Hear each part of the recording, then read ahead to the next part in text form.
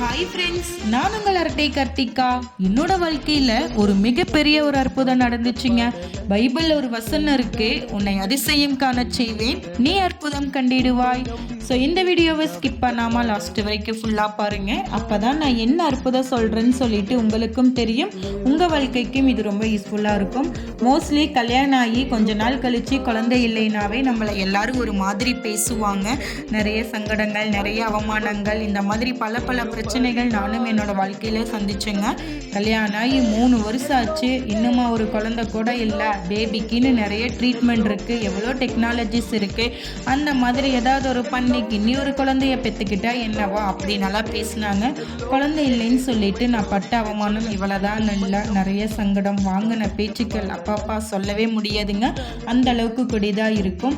நான் கன்வெர்ட்டடு கிறிஸ்டியன். சின்ன வயசுலேருந்து ஏசப்பானா எனக்கு ரொம்ப பிடிக்கும். அவர் என்னோட பள்ளி பருவத்தில், காலேஜ் பருவத்தில் நிறைய அற்புதம், நிறைய அதிசயமெல்லாம் செஞ்சுருக்காரு. ஸோ நான் அவமானப்படுறப்ப, சங்கடப்படுறப்ப, நான் அழுகுறப்ப எல்லாமே பார்த்திங்கன்னா வசனத்தின் மூலிமா, ஃபாஸ்ட்டு மூலிமா எங்கிட்ட பேசுவாருங்க.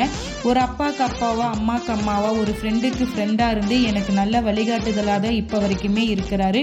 இப்படியெல்லாம் செஞ்ச ஏசப்பா நமக்கு ஒரு குழந்தைய கொடுத்து அற்புதம் செய்ய மாட்டாரா?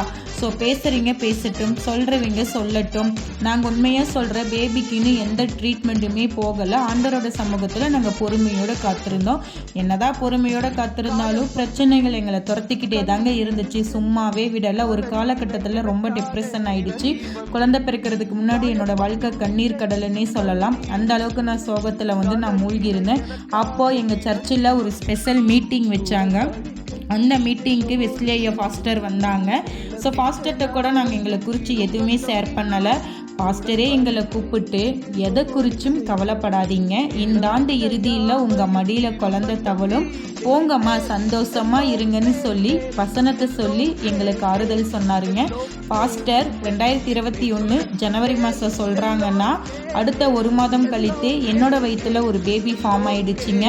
ஸோ ப்ரெக்னென்சி டைமில் 5 ஹாஸ்பிட்டல் நாங்கள் செக் பண்ணோம். 5 டாக்டர்ஸுமே எனக்கு கொடுத்த delivery date November 28. But pastor சொன்ன இந்த ஆண்டு இறுதி, ஸோ அதே 2021 டிசம்பர் 1ஆம் தேதி தாங்க எனக்கு குழந்தை பிறந்துச்சு. ஸோ எனக்கு பையனா பொண்ணானாலா எங்களுக்கு தெரியாது. ஏசப்பா தான் உலகன்னு நினச்சி வாழ்கின்ற எனக்கு, ஏன் பொண்ணு யார் முன்னாடி அவமானப்படக்கூடாது, அவளுக்கு எந்த ஒரு குறையும் இல்லை அப்படின்னு சொல்லிட்டு நான் சிந்தனை கண்ணீர், நான் வாங்கின பேச்சு, நான் பட்ட அவமானம், இது எல்லா பிரச்சனைக்குமே முற்றுப்புள்ளி வைக்கிற மாதிரி ஏசப்பா எனக்கு சிங்கக்குட்டி என்கிற தானியேல எனக்கு ஒரு மகனாக கொடுத்தாருங்க. ஸோ போன வரையும் சண்டே டிசம்பர் 1ஆம் தேதி தான் இவனுக்கு 3ஆவது வருஷம் பிறந்தநாள் செலிப்ரேஷன் பண்ணோம். ஸோ மாமனார், மாமியார், தம்பி, தங்கச்சிங்களோட சேர்ந்து கேக்கு, கலர்ஃபுல்லான லைட்டு, பலூன்ஸோடு நாங்கள் இவனுக்கு சர்ப்ரைஸ் கொடுத்தோம்.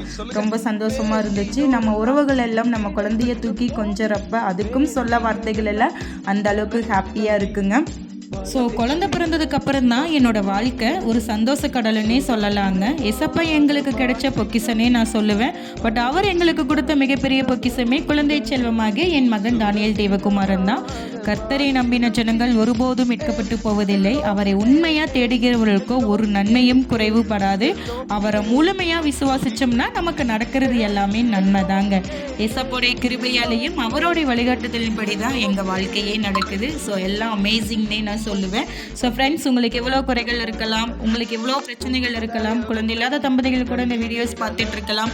என்ன குறைகள், என்ன பிரச்சனையாக இருந்தாலும் சரி, சமாதானம் இல்லாமையா எங்கள் ஏசப்பா கிட்ட சொல்லுங்கள். அவர் உங்கள் குறைகளை போக்கி சந்தோஷத்தை கொடுப்பாரு.